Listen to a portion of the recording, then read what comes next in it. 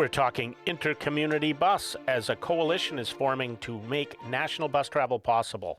It's James with Net News Ledger. Joining us by Zoom is John Stepovy, who's with Pacific Western Transportation in Alberta. John, thank you for attending an interview here on Net News Ledger. Yeah, thanks, James, for having me. Bus transportation has been one of those issues in Canada. We all used to count on Greyhound. And when I lived in Alberta years and years ago, it was Red Arrow Express, which was the greatest way to travel between Edmonton and Calgary. You guys were leading the pack, back in 2007. What's the company doing now?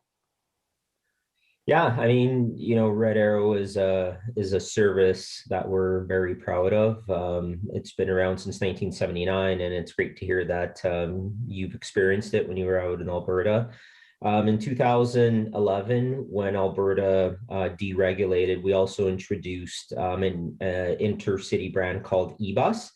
And since then, and since Greyhound's exit out of Western Canada a couple of years back, we also introduced the eBus service into BC. So, over the years, we have really been part of the community.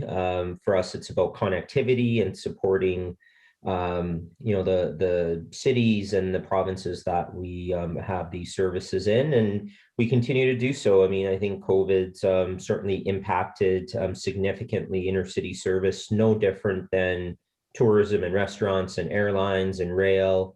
We've continued to subsidize the intercity service routes in Alberta and BC because we're passionate about that it's essential service. People need to get to appointments. People still need to work. And, we think that there's an opportunity to create a long-term sustainable network for the country that's been lost over the years. And that's kind of what we wanted to talk to you about. COVID has literally shown us across Canada, there's all kinds of things that we could do better. And it's my understanding that bus companies are now starting to talk with each other about how to connect with each other as well. Yeah. Again, in our view, the long-term sustainability is all about that kind of multimodal, connected network. So whether it's, buses connecting with other buses connecting with rail,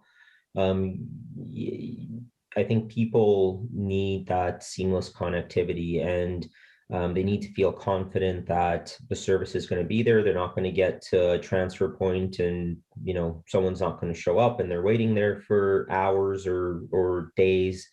Again, that's been lost. And, for the sustainability of a lot of communities that are maybe a little bit rural in nature, maybe a little bit smaller, having that access is critical. Again, access to work, access to healthcare, access to education.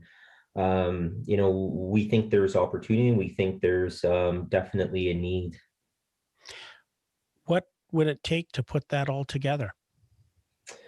Well, I think, first and foremost is collaboration amongst providers, right? So I think our coast to coast bus coalition is a great start to that.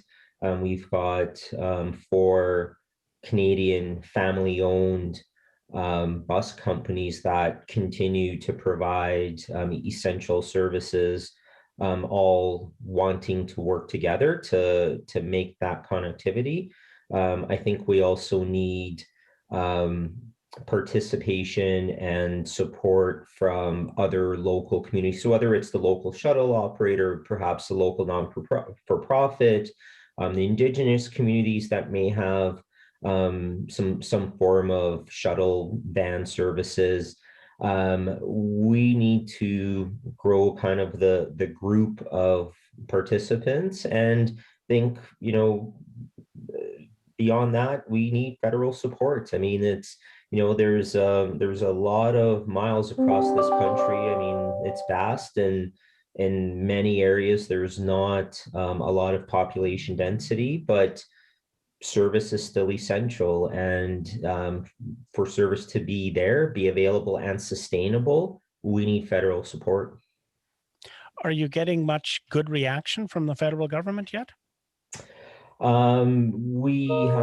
We've had, some reaction from MPs. I think for the most part, the ones that the coalition's been in contact with have understood what we're trying to accomplish, and certainly I think there's a good amount of support for, again, essentially connecting the country with this essential service. But like everything else, it takes time, and we're prepared to continue the effort and to continue to reach out to government at all levels and in hopes of garnering support.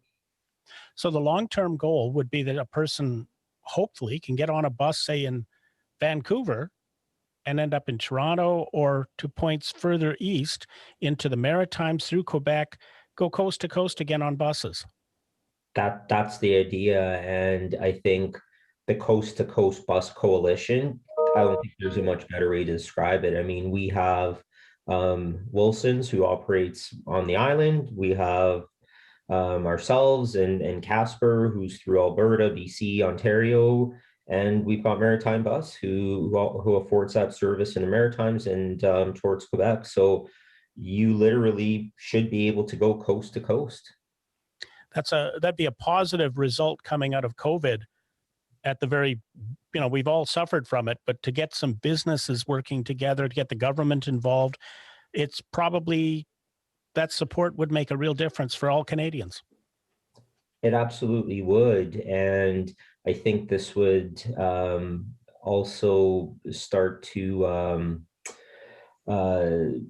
sort of get things moving, right? I mean, there's lots of buses that are parked out there, and if the government can support an initiative like this that has so many benefits, again, just community connectivity and just access to essential services all across the country. I mean, not only does it do that, but it also starts to spur this whole industry that's in a lot of trouble across the country.